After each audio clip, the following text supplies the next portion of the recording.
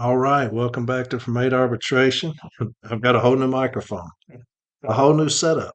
And so I don't know if it's going to sound better or worse or what. I've done a few little samples, and so we'll see.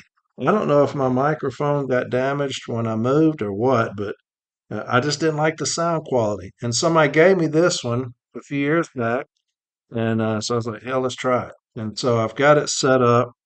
And you know me, I don't know anything about anything. And so hopefully this one sounds much better.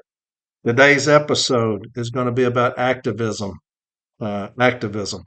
A lot of people are getting involved locally in uniting and organizing and things of that nature. And I've got a very special treat for you. I've got an interview coming up with a young man who, remember the name, remember this guy's name, and I'll let him introduce himself when we interview him.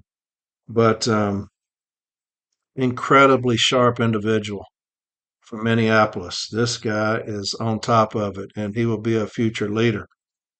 He's been with the Postal Service 5 years, and he's been a steward for three, and he's made more sense and has done more to build up my belief in our union than our leaders have. Talking about the belief of where we're headed and where we need to go and how we're going to get there. Things that I've been talking about for a long, long time. This guy is sharp. He's sharp, man. And I was honored to have him on. And so we'll talk to him in just a minute. Somebody else sent me something they wanted me to read, and I'm going to do that. And because I thought that it was quite impressive as well. And it's about activism. You'd see across this country a lot of unions organizing and getting out in the streets and making their opinion heard and their wants heard, and they have produced record contracts.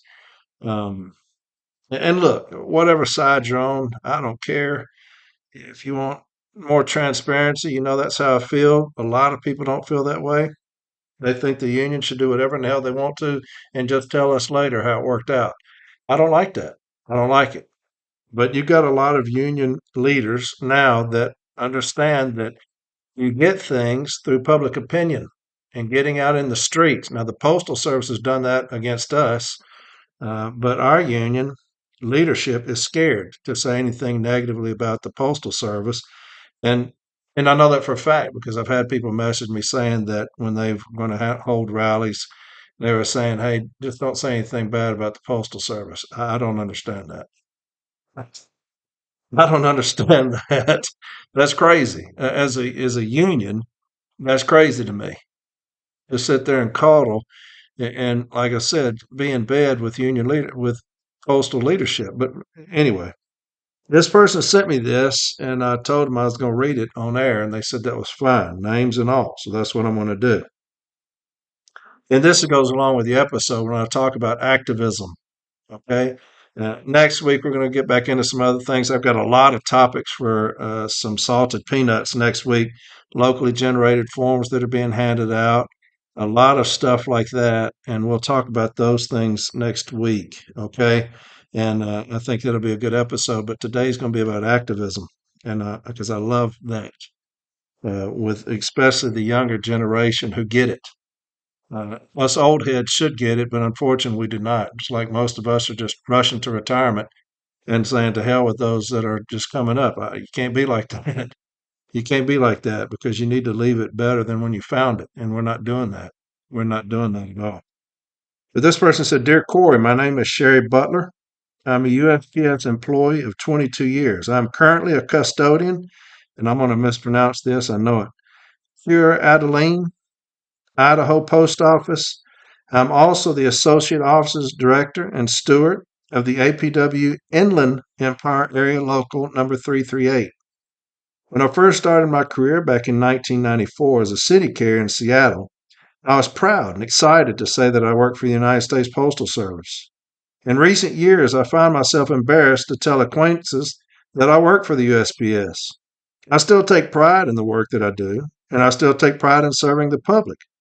I'm just ashamed and embarrassed in the lack of integrity that USPS management and even some of our union leadership display. And I'm going to mispronounce this. Vicky Sawicki, a retired city carrier, turned me on to your podcast. I love your passion and love for the city letter carrier. I resonate with so many things that you touch on during your podcast. The rampant falsification that management does makes my blood boil. The hip falsification and lack of concern for carrier safety is inexcusable.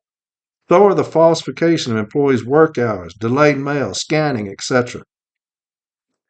Last year, I, along with other rank and file postal workers and community members, spoke during the public comment period of the Postal Board of Governors quarterly meetings. This 45-minute time to speak to the PBOG was our chance to voice our concerns of what is happening at the ground level. The Postal Board of Governors and the Joy are so out of touch with what really happens at the craft employee level. They have their heads so far up their asses with their phony numbers and reports that they can't or won't see what is really going on. This past November, the PBOG decided to change their policy on giving the public time to speak after their quarterly meetings. Now the only time the public will be allowed to speak is once a year and only in person. I believe, as do many others, that the PBOG and DeJoy are trying to silence those who speak the truth. We can't and won't let them silence us. A group of rank and file postal workers have created a letter campaign and rally called We Won't Be Silenced. We are encouraging postal workers, stakeholders, and the community to write letters to the PBOG sharing their stories of what is really happening. We want to share these stories with the media in hopes that the truth will be heard across the country. We would love to have you join us in our fight to speak the truth and end the silencing. If you are interested in hearing more about this campaign, please feel free to call, text, or email me. I have been leading weekly organizing meetings via Zoom on Wednesdays at 6:30 p.m. and 3:30 PST. If you are interested in joining one of our Zoom meetings, I'd be happy to send you a link. Thank you for your time. Thank you for your podcast. Thank you for being you. And thank you, Sherry, for that. I really appreciate it. I have sent those links to Jeremy, and he will put those up on fromAtoArbitration.com. Okay? So anybody who's interested, go to fromAtoArbitration.com, and those links for those Zoom meetings will be on there. And I'd love to see them quadruple their attendance on those things based off of this podcast. I'll read this to you. She sent me an attachment. It's I guess this is the flyer that they're handing out. It says, We won't be silenced. The Postmaster General and Postal Board of Governors are gagging the American public from speaking out about the poor postal services in our communities. PMG Louis DeJoy, in addition to dismantling delivery service standards, is also dismantling long-established opportunities to address the ruling Board of Governors who are responsible for the postal services provided to all Americans. Stifling public comment is un-American. What do they have to hide? Why silence the voice of Americans who are about the quality of mail service, long lines, increased postage, misdelivered mail, and delayed mail?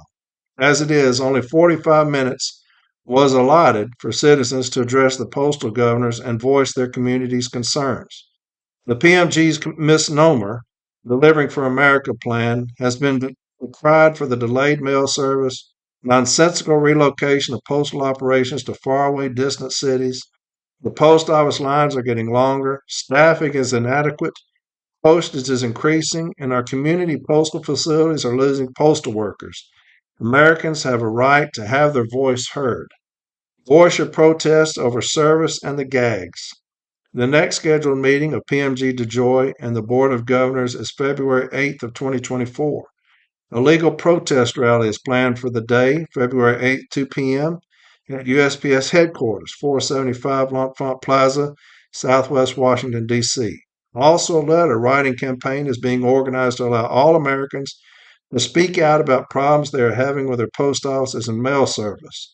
We urge you to write about your issues, mail letters too. And then it has the thing there, We Won't Be Silenced, P.O. Box 68, Hurley, New York, 12443. And so she had sent me that as well. There's a new day coming. There's a new day coming. and people are starting to understand what organized labor means and how to go about doing things.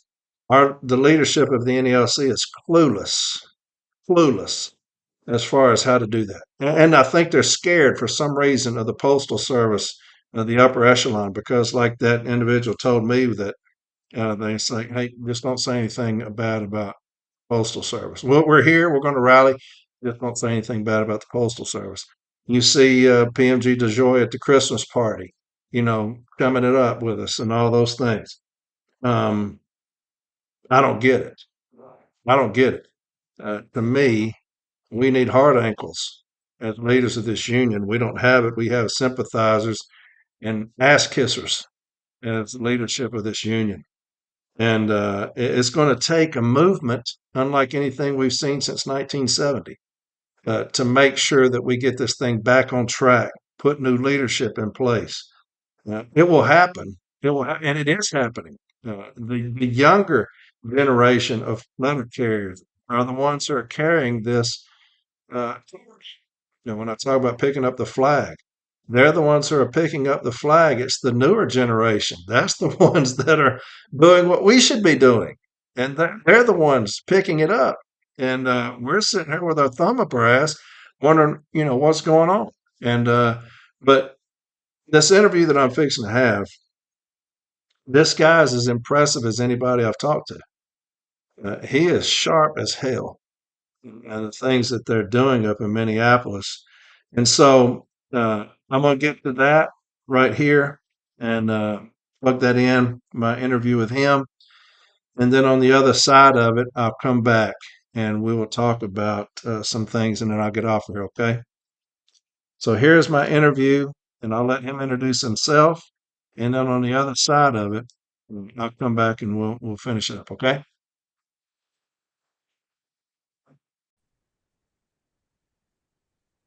All right. I've got a gentleman here now. I've been trying to get this guy on for quite some time.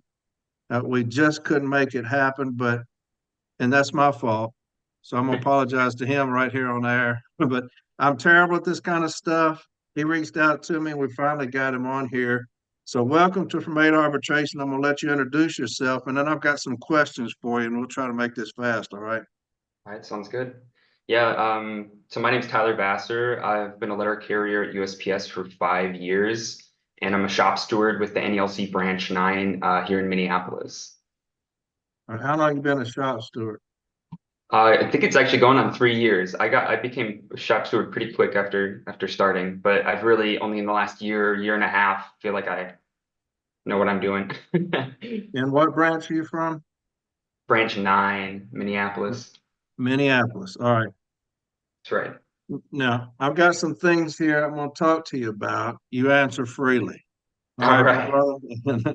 And you've heard me before, so I don't care what you say, but y'all got some very interesting things going on in Minneapolis that I have been following. I think y'all been in the paper, a matter of fact, That's right. because y'all are kind of the new age, get in the street type shit that I've been talking about for a long time that I wish our union at the higher level would do. Y'all been doing it, and y'all have been doing a fantastic job. So Branch 9 recently passed a resolution for an opening bargaining strategy for contract negotiations. Talk to me about that and what was the reasoning behind that? Yeah, so at our November general membership meeting, just a few months ago, members of Branch 9, we brought forward a resolution that I think would completely change our union's approach and our strategy when it comes to contract negotiations.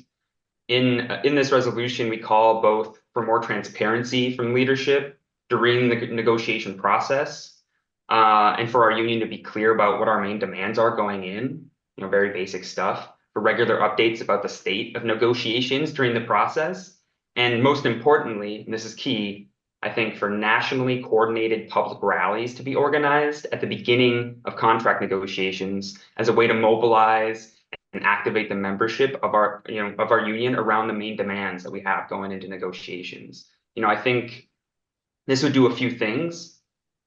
First, I think it would help give confidence and support to our negotiating team so they know that the membership supports what we're fighting for. I think it would win the general public over to our side to show the public the realities of our working conditions, win them over, and put public pressure on USPS to negotiate in good faith.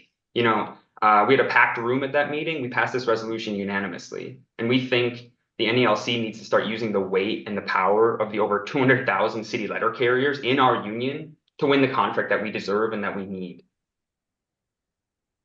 I agree 100%, Tyler. And if you've listened to me for any length of time, I'm big on transparency, and I Yeah. think that that's critical. I know that there are definitely different factions as far as that's concerned. If you ever look at social media, you have some that think that the NLC owes us nothing, that they don't owe us nothing, anything as far as transparency. That the NLC does what the NLC does, and they'll tell us what we're going to get. And I don't agree with that. I'm just one of that. Yeah. I'm one of those that I think that the NLC should be transparent. I love what you said there. When you talk about that, I've talked about this also in past episodes about other unions. Do you have any examples when you talk about getting out in the streets, rallying, making the public aware of our plight as far as our working conditions, our wages, and whatever? Do you have any examples of other unions that have taken that approach? Yeah, I think 2023 was a huge turning point for the labor movement more broadly in this country. 500,000 workers went on strike in 2023. There were over 300 separate strikes across the country. Currently, flight attendants, I think it's like the vast majority of flight attendants contracts are up right now. They're gearing up for a big fight. Pilots at United Airlines just want a 40% raise over a 4-year contract by taking a super strong strike vote and forcing, United management to settle. We saw very public contract fights.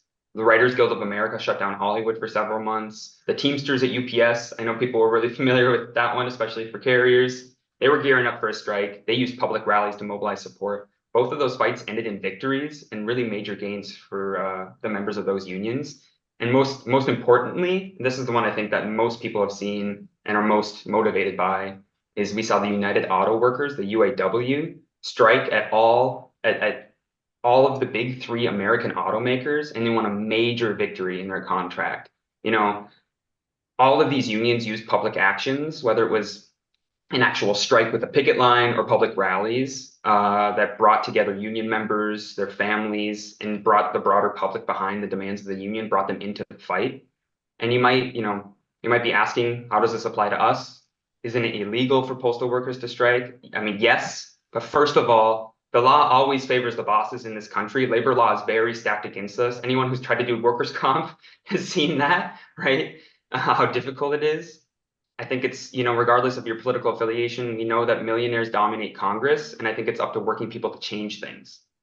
Second, postal workers in 1970 probably heard the same thing, right? But they overcame that obstacle, and this has benefited letter carriers to this day. In Carrier Academy, at least when I started, NELC shows a video highlighting the importance of the 1970 strike to our identity as a union and its importance and how it transformed our union and the lives of NELC members. But now we face a crisis, a crisis of our own. I want to be clear. I think we need the right to strike. I think our union leadership should take a clear stand on this question, and we should campaign for it. Our leadership should not use the fact that it's illegal for us to strike as justification for not doing any public action, justification for closed door negotiations and really weak contracts, at least as long as I've been around. So I believe that we should have the right to strike. It's a basic democratic right that we're currently denied. I think it means, right now we're fighting with one hand tied behind our back. Ultimately, it's postal workers that make USPS run, right? But, again, to be clear, that's a discussion, regardless of my opinion, that's a discussion and a debate I think we need to have within our union, with the entire membership. And regardless of your opinion and how you fall on that question, I hope, I think most people would agree we need a new approach. We need a fighting strategy to contract negotiations in our union, different from the one that we currently have. And, passing this resolution for open bargaining to change the official position in NELC to mobilize our membership around public actions is a major step in the right direction. I like you, Tyler.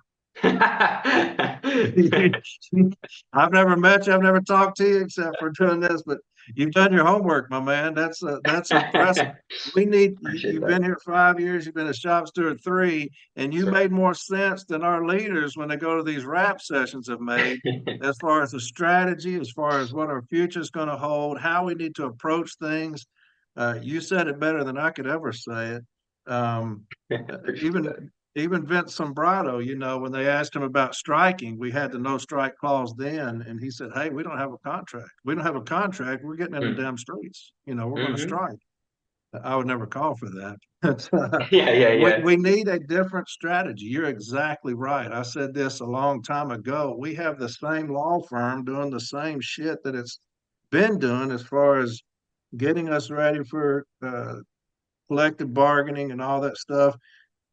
Somewhere down the line, we've got to get a different approach to it all. Great. I'm huge on the public. I've thought that our leaders should have got out in the streets with Mr. Gates, our brother that passed away, about the working conditions, because you can change the working conditions by public opinion. And so, Right. with that being said, do you think the general public would support us if we're calling for higher wages and better conditions? Do you think that they'd be on our side? I do. Yeah. I mean, so this came up at the Branch 9 general membership meeting back when we proposed this resolution. And I think on one hand, I think many people bring this up and it comes from a genuine place. I think some people use this and they're using it in a nefarious way. They're using it to try to stifle debate and shut down things. But I think a lot of people, when they bring that up, it comes from a genuine place. And I'll tell you what I said at that meeting. I think that fundamentally we're in a new era for the labor movement. Unions have the highest support in the US since the 1960s. The UAW, during their strike, had over 75% support during the duration of that strike. And that's across the political spectrum. That's Democrats, Republicans, Independents. It doesn't matter. They had incredible support and they had very strong demands. They didn't go out there and say, please, we would like a better contract. They went out there and said, they went out there calling for a 40% wage increase, because guess who got a 40% wage increase? The CEOs. So they said, we deserve a 40% wage increase. We're the workers that made that profit. They called for an end to the two-tier wage system. They're fighting to re-implement their COLA, their cost of living adjustment, just to name a few things. Still, the public strongly supported these workers, even while calling for I mean, you hear 40%, damn, who gets 40%, I mean, it just shows the era that we're in. We're not in the same Yeah. place that we were in during the 90s, or like, especially after the 2008 recession, where unions, especially public sector unions like ours, were really effectively demonized by the media, by big business, by politicians. I mean, we were labeled as greedy. We were blamed for the financial crisis somehow. My family has personal experience with this. My dad's plant that he worked at for almost 20 years was closed basically overnight. And he was forced to find another job during a time of record unemployment. We almost had to move out of state so he could find a job. Luckily, he was able to find one, but it could have been much worse than what it was. I remember how much public sector workers were demonized and blamed for the crisis, the financial crisis that was caused by the banks. Like, what do we have to do with this? Just because we, are fighting for a decent standard of living. So fundamentally, we're in a different place. Since that time, we've seen the rich get a whole lot richer. We've seen the poor get a whole lot poorer. The working and the middle classes are put into an increasingly precarious position in an increasingly precarious world. And we saw during the pandemic, I think this is really key. We saw during the pandemic how so many workers were deemed essential and told to continue working while the rest of the world shut down. Remember that when we were essential workers? Yeah. They gave us a nice banner that said, "We appreciate you," or something. No raise, nothing. We got a nice banner. I know people listening can probably remember that quite well. Deemed essential while the rest of society shut down. But I think that had a tremendous impact on the consciousness of both essential workers and the broader public, like about the role that we have, about the role that workers play in our society, and really the unjust working conditions we're subjected to really on a daily basis. And now, especially with, rising inflation, cost of living crisis, how much does the average house cost in the United States nowadays? I don't know. It's a lot more than it should be. I think the American public can empathize with us in our fight, because many of them are dealing with the very same issues or similar issues in their workplaces and in their lives. And so, when working people see other working people stand up for their rights and fight and demand a better deal, it inspires people. And I think the NELC needs to more effectively harness that energy and use the power of, the hundreds of thousands of letter carriers across this country to put pressure on USPS to settle a contract with gains, with strong gains for letter carriers and wages and benefits and conditions. Yeah, that's funny you say that because every time I see one of our, and to me, anybody that's in organized labor is a brother or sister to me. That's right. I don't care what you do. But Mm-hmm. when I see the Teamsters, UPS, and I see, auto workers and all those, I'm hoping that they get rich. I hope they get $100 an hour. That's That's how I right. feel. Because, organized labor, I think it's coming back. First off, unfortunately, when you look at our union and you see, when you read things that I've read to people when they're saying that union leaders are coming saying, we don't want to talk about the postal service. We're just going to do this. We don't want to ruffle any feathers, because they will come back on us. We don't want them to look unfavorably on us. So what do you say to those NELC members, even those in the upper echelon, because they're listening? Mm. They're listening, Brother Prime, who think that this could backfire. What do you say to them? That doing public actions could backfire. Yeah. I think that sort of reasoning and that sort of logic that's being used, it's from a previous era. It comes from a time when people, like I said, unions were effectively demonized, and people were afraid. The Patco strike, for example, in one fell swoop, Reagan was able to fire all, however many tens of thousands of air traffic controllers across the country. That had a real chilling effect on the labor movement, and it created, I think, a whole generation of labor leaders who thought that the best strategy was to be cautious and not stick your neck out too far and just go along to get along. And it created a logic of its own. I think that logic is a dead end. And we're seeing that now where you have workers across the country who are facing, terrible conditions and are fed up and want to fight, but we still have a leadership. I mean, we have, take the NLC for example. We have a leadership who are still sticking to that old strategy, and I don't think it works in this era that we're in right now for many many reasons. And regardless of our leadership as individuals, I'm not going to make any character assessments. I don't know any of them personally. It doesn't really matter to me. The strategy that they're putting forward is a dead end, and I think we need a new approach and a new strategy. So I would just tell them, look around. Listen to Sean Fain. Listen to the president of the UAW. We're in a new era, and if you're not going to come along with us and lead, then I think ultimately, like you've said many times, we need a new leadership. We need a new approach. And I think you got an option. You can stay in leadership if you take up this fight. Otherwise, it's going to be an interesting year. The convention and leadership elections coming up. Did I say I liked you earlier, Tyler? I think so. Yeah. I'm digging that, brother. All right, I'm gonna give you a second to talk about this. Branch 9, y'all hosted a contract rally last spring. Talk to me about that. Tell everybody about that. Yeah. So last year, a group of us in Branch 9, really a handful of us, we were talking. We saw that our union nationally did not have a strategy to win a strong contract as contract negotiations, were beginning, as the process was starting. We decided, we got together, we decided we needed to do something. We couldn't wait around and hope that something happened. We wanted to, get things going. So we organized to bring out as many members as possible to the last year's February general membership meeting. And we passed a resolution for a public contract rally. And that was a hell of a fight. We had a packed room. The leadership at the time of Branch 9 opposed it, and they got all the big guns out, and they all came out. The business agent came out and opposed it, and the state, whatever. But we had enough rank and file members there, and we made a good enough argument that we were able to pass the resolution pretty resoundingly. The demands of our rally, because we passed the resolution for a public contract rally. The demands of our rally, which we printed on picket signs, were end mandatory overtime, first class service, first class pay, fair contract now, and staffing, safety, service. The idea was to highlight that the staffing crisis at USPS was directly connected to the working conditions. That in order to provide quality service, to keep new hires and maintain a healthy workforce, we needed better wages. We needed an end to mandatory overtime, and ultimately this would come from NALC winning a strong contract that addressed these issues and turned the letter carrier job back into a decent job that allowed our members to work and live with dignity. I want to be clear, though, we argued from the beginning that a rally in Minneapolis alone wouldn't be enough to change the strength of our bargaining position, but that we needed a sort of nationally coordinated approach. Just imagine the impact of rallies of letter carriers, our families, public supporters, other unions in every city across the country. I mean, that would get that, talk about media coverage, that would get media coverage.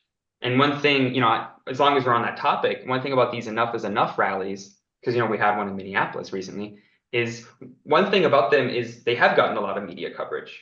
Our Enough is Enough rally in Minneapolis made the front page of the local newspaper, the main newspaper, played on the radio for a couple days, every local news station. And now I don't want to minimize the seriousness of assaults against carriers on the street. That's very serious. And it's right to publicize that and call for safety on the job. I think everyone deserves to be safe at work, to feel safe at work. But I think the NALC missed a very real opportunity to link the need for safety on the street to the need and the right to safety on the workroom floor in the face of attacks from management, right? You've talked about this. Every day, management breaks the contract at stations across the country. Every day, management overburdens letter carriers with forced overtime, pressures letter carriers to work faster, harasses letter carriers for stationary events and this, that, and the third. Actions like these are what killed our union brother, Mr. Gates, down in Texas during the biggest heat wave this country's seen in years and years. And so for these Enough is Enough rallies to be as effective as they could be, for us to mobilize the most NALC members behind a sort of broader program for safety on the streets and in the stations, I think these rallies would need to include some of the issues I just mentioned, issues that we could actually win in a contract. We could win in a contract an end to mandatory overtime, higher wages so workers can work 8 and go home and not be out delivering after dark.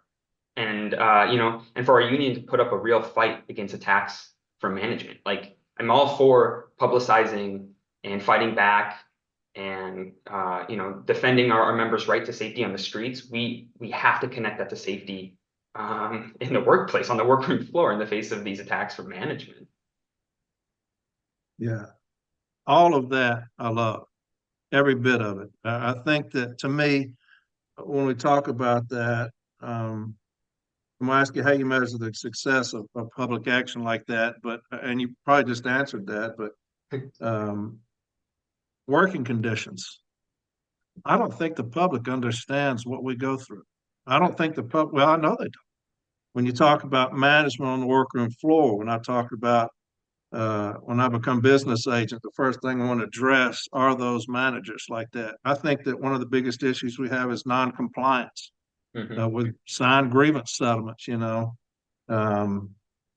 talk about staffing and all those things. I do believe that the public will have a say-so in that. When we talk about, Congress getting involved down there with our brother, Mr. Gates, I think that awareness brings that along. And so, to Tyler, how would you measure the success of that? Yeah, I think that's a very good question. I think that can be looked at internally and externally, right? So internally within our union, I think within our union, a success of an action like this would be doing things like this would activate the membership around on strong demands that really speak to the needs of letter carriers. I don't think it would be enough to go out there and just, say fair contract now, or please, can we have a nice contract? I mean, we absolutely should say that, but we should include, I'm not saying that we have a sign with 100 bullet points on it. I'm saying we should be out there and have 3 or 4 main demands that speak to the biggest issues that face letter carriers, right? To galvanize the membership, get them organized around a fight back. The most popular picket sign at our rally last spring in Branch 9 here in Minneapolis was end mandatory overtime. That one we ran out of. We should have made more of those ones, because everyone, people are just getting killed out there on a daily basis. It's a meat grinder. There's a reason we can't keep people. We put them out there for 10, 12 hours a day, 6 days a week, sometimes more, and so by putting forward strong demands, I think it shows the NALC members that our union means business, that our union is here to fight for our rights and fight for gains for us, in terms of externally. I think by winning the general public to our side, publicizing, exposing the often brutal working conditions so many carriers are subjected to on a daily basis on the workroom floor, by demanding that our rights are respected, and do we deserve a strong contract that addresses our main issues, we can win those people over. When I tell people that, like just kind of talking about what you were just saying, when I tell people that one of the biggest issues at USPS is mandatory overtime, with carriers working 10, 12 hours a day, sometimes 6 days a week, their eyes pop out of their heads. I had people go, is that legal? Mandatory Yeah. overtime, is that legal? Well, if it's in a contract, it's legal, and that's why it should be taken out. By publicizing our working conditions and demanding better treatment, I think we can win the public to our side, show them, we deserve better, and we deserve better, and that's another way that we can provide better service. I want to do my job well. And if I'm supported and have decent conditions, I can do my job better. I think couple other things is this can also be measured by winning other unions to our cause. A lot of workers are facing these similar issues. And, we can start to build the connections and the solidarity with other unions that we need to win a stronger contract for ourselves, and build those connections that can strengthen the overall labor movement in the years to come.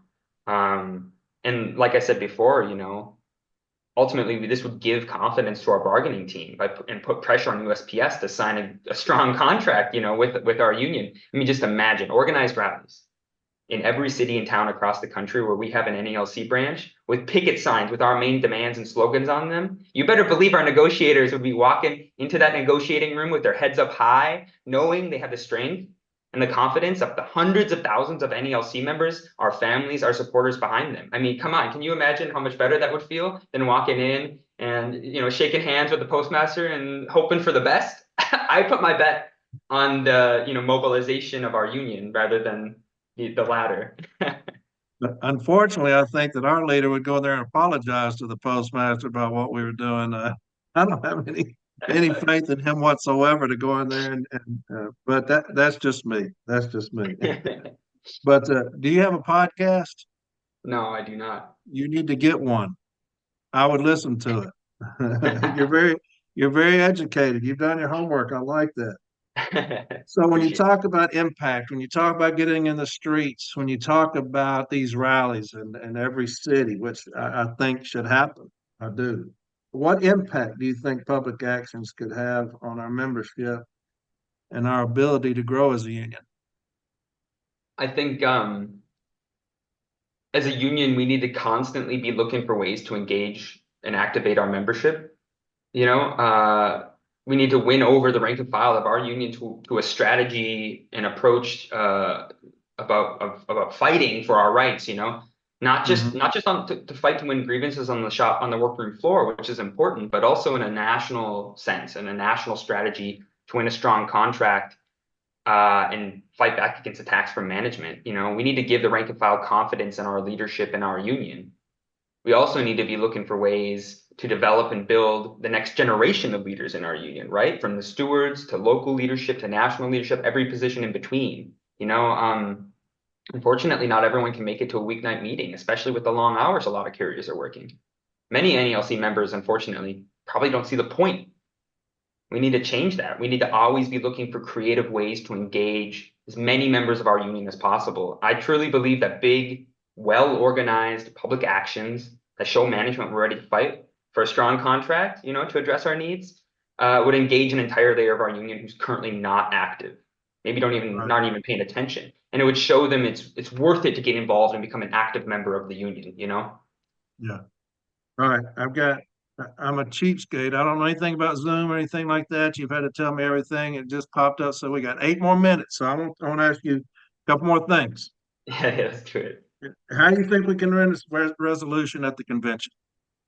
So, I mean, we need as many branches as possible to pass the same resolution. I mean, we can put I'll send it to you. We can put a copy of the resolution up on the AID arbitration website. All you need to Right. do is change the part where it says NELC branch 9 to whatever your branch number is, right? Because then when the booklet with resolutions is printed for the August 2024 National Convention, it'll show beneath this resolution, we'll have a list of all the branches that support it. I mean, imagine the impact of that it would have. It's not just this resolution, NELC branch 9, but it shows this resolution, supported by NELC branch 9, and lists half a dozen or more branches. I think it'd be a lot easier to force it to go to discussion, debate, and vote. So I would encourage anyone listening to pass this resolution so that we can go into the convention this August ready to do it. Where to begin? So I want to invite people out this coming Sunday, January 28th. Rank and file members of the NALC Branch 9, NALC members across the country, we're going to be holding a national Zoom organizing meeting. This Sunday, January 28th at noon Central Time. So that's 10 a.m. Pacific Time, 1 p.m. Eastern Time, about how we can fight to get this resolution passed in as many branches as possible, and how we can use the 2024 National Convention to really start the process of transforming our union into a fighting union, a militant union, as you say, Corey. Oh yeah. Um, and so, yeah, I would say come to that meeting. That's the place you want to come. We're going to talk about how we passed it, why we think the convention's important, and why everyone should pass this resolution. But yeah, just for the sake of time, I'll end it there. I would just encourage people to come out to that. But you're a sharp individual, my man, and our union is lucky to have you. Really, I mean, I've heard about you. I've heard great things. Different people have messaged me, telling me I need to get you on here, and it's not because of you. It's because of me. I suck, and It's I'm okay. terrible at these things. And I'm praying to God that when I end this, I don't screw this up. So because this is my whole episode right here. But Tyler, we got 6 minutes. Hmm. Anything else you want to say before we get off here? And I'll have you back on before Boston. Before we Appreciate go that. there, I'll make sure that now that I know how to do this, if I don't screw this up, you got Yeah, yeah. you got 550 now. Anything else you want to say before we go? Yeah, I'll just say, I mean, there's been discussions with, Branch 9 members of a whole series of things that we want to bring to the convention. We're not going to bring 100 things. We want to be serious and focus on two, three, four different resolutions that we think could really play an impact. So there will be more things to talk about, more things we can organize around nationally.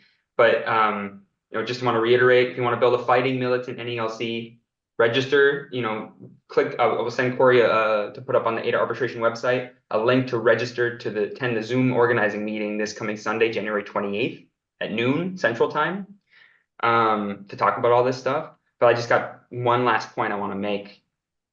I think, like I said, we're in a new era for the labor movement. 2023 saw big national strikes that showed the power that working class people have when we get organized, right, and fight. Workers at corporate giants like Starbucks and Amazon are getting organized. They're in the beginning stages, including, really importantly, right now, I think the most exciting union drive in the country, which is at Amazon's main air hub in northern Kentucky. It's at a facility called the KCVG Air Hub. Workers there have been organizing over the past year for a union. They're fighting for $30 an hour starting wage, 180 hours PTO, union representation at disciplinary meetings, just to name a few of their demands, and are preparing to file for an election, a union election in the next month or two. They're going up against one of the most vicious anti-union corporations at one of Amazon's most important facilities to their whole national, logistics network, which Amazon calls the Death Star. I'm not kidding. They call this facility the Death Star because that's how important it is to their whole network. And I give those examples just to say, once again, we're in a new era. The old way of doing things has shown to be a failure for working people. And I think working people are hungry for change. We have the ability to transform the NELC, but it will take a fight.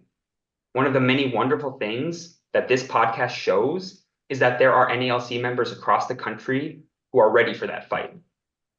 Yeah, So I'll end yeah, it there. yeah. I appreciate you having me on. I think Hey, my was man, let me great. tell you, we're a better union because of you, my man. You're impressive as Appreciate hell. it. Seriously. And I'll have you back on. We got three Great. minutes, so I'm gonna cut out of here. I love you, my man. I really do, and I I love thank you you too, for man. everything you're doing for us, our people across this country, and the things that you're doing, the stuff that y'all are doing that started up there. Everybody's talking about, and so you should be proud of that. And it will pay dividends down the road. I assure you that. So until I talk to you again, my man, you take care of yourself. You be safe out there in All right, thank you, Minneapolis with Corey. y'all 2 degrees. Okay. Thank you, Corey. I appreciate it. Yeah, All you right, take brother. care. Take care, man. Bye bye. Bye bye.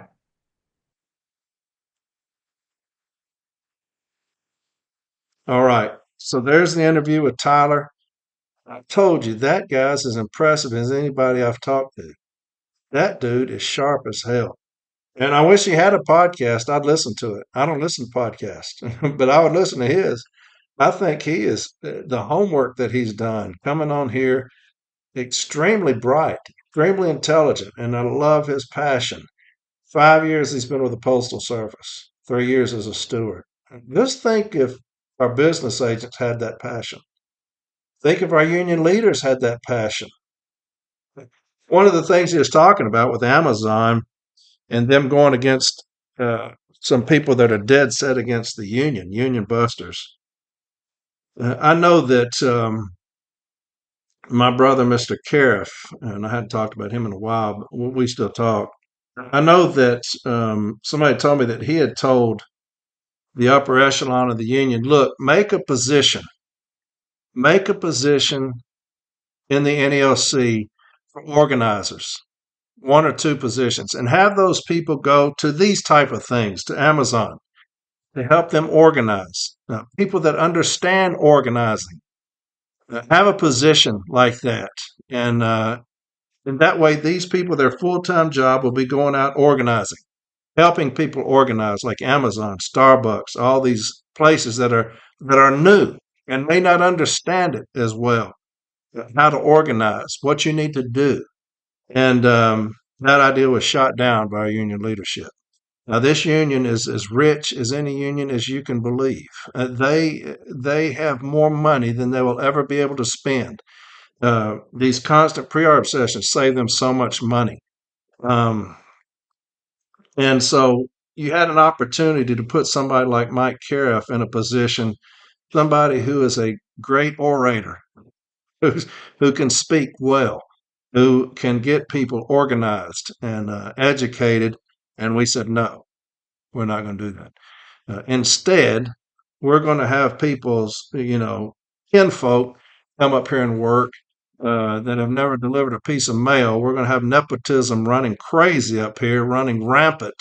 More positions at the NELC than ever before, but we won't spend money on organizing and helping others organize because it helps the NELC. It helps us to have more unions. It does. It really does. The more unions, the better. I wish everybody was unionized. I wish every company was unionized in the country because it helps us. And so you had an individual like Mr. Carroll saying, hey, make a job. Let me go out and do that. Give me somebody else. Let us go and help people organize.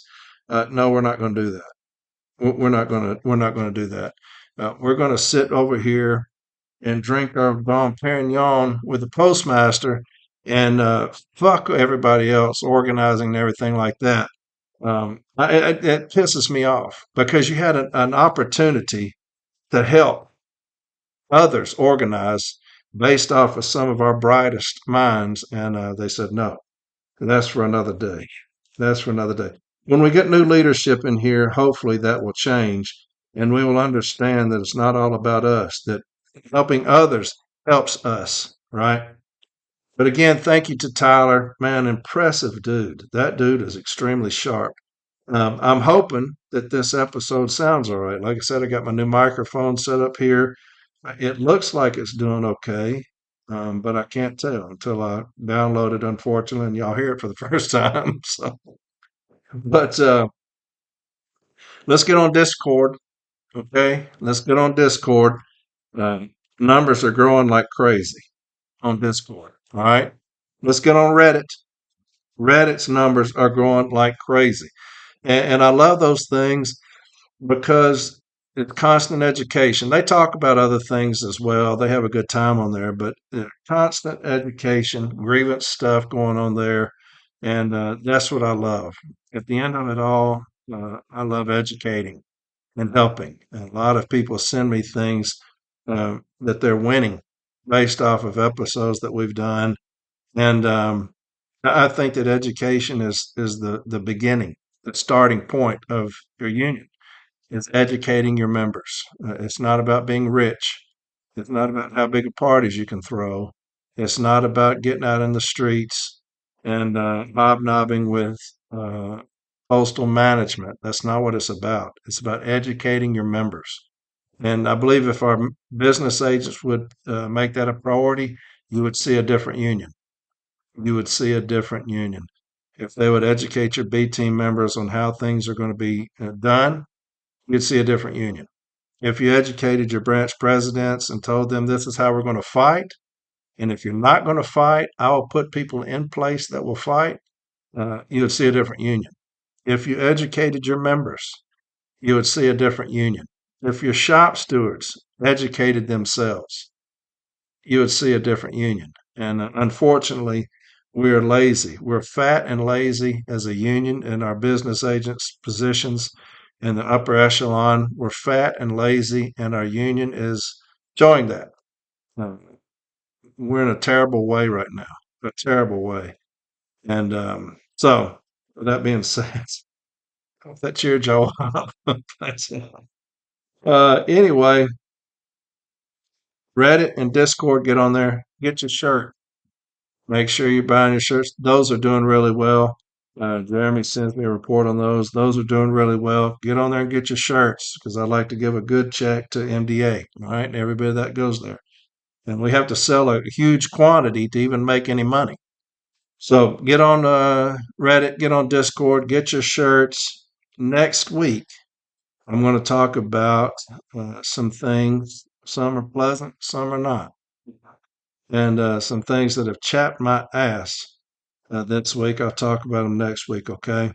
And things that I'm going to change when I'm business agent. Things that I'm going to change as far as us being cowardly, and some things that have come up that have really chapped my ass this week. Okay, so there you have it. Hopefully, y'all enjoyed Tyler. That dude was sharp as hell, and I'll definitely have him back on. Sharp dude, man. And so y'all have a fantastic rest of the week. Looks like we're getting out from under all this snow. It has crippled us here in Nashville. And hopefully we're fixing to get out from underneath it, get back to delivering some mail. And so y'all have a fantastic rest of the week. I love each and every one of you. I really do. And I'll talk to y'all next Sunday. All right?